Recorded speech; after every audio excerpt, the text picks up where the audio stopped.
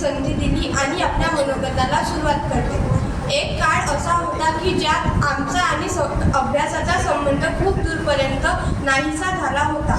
आमच्यामधली अभ्यास करण्याची इच्छाशक्ती नाहीशी झाली होती.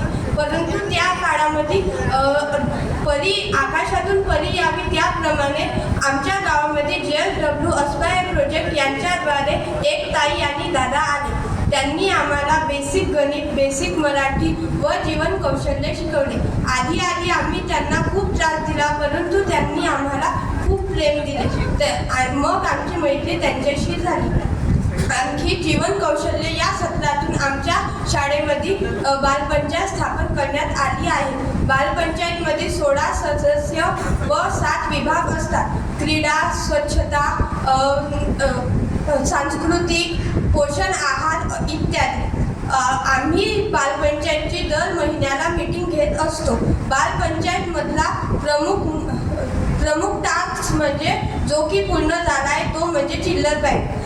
चिल्लर बँक म्हणजे आमच्या शाळेमध्ये जेव्हा आम्ही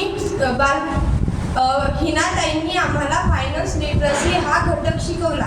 त्यानंतर आमच्या शाळेमध्ये बँकेचे अधिकारी आले होते. त्यांनी आम्हाला बँक कार्यप्रणाली हे समजून सांगितले. त्यानंतर आमच्या शाळेतील बालपंचायत सदस्यांनी असा प्रश्न पडला की जर जिल्ह्यामध्ये बँक असू शकते, गावामध्ये बँक असू शकते, तालुक्यामध्ये बँक असू शकते, तर मग आपल्या शाळेमध्ये का नाही?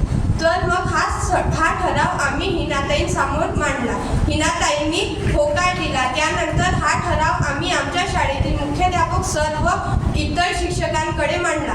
त्यांनी परवानगी दिली. त्यानंतर आमच्या शाळेमध्ये चिल्लर बँकेची स्थापना झाली. आणखी ही चिल्लर बँक ही JSW अस्पायर प्रकल्पाद्वारे आमच्या शाळेतील पहिली चिल्लर बँक स्थापन करण्यात आली. याचा आम्हाला अभिमान वाटतो. आणखी चिल्लर बँकेचे जे आजपर्यंत टास्क पूर्ण झाले आहेत ते काही. आमच्या शाळेमध्ये मुली व मुलांसाठी स्वच्छता वॉशरूम नव्हते.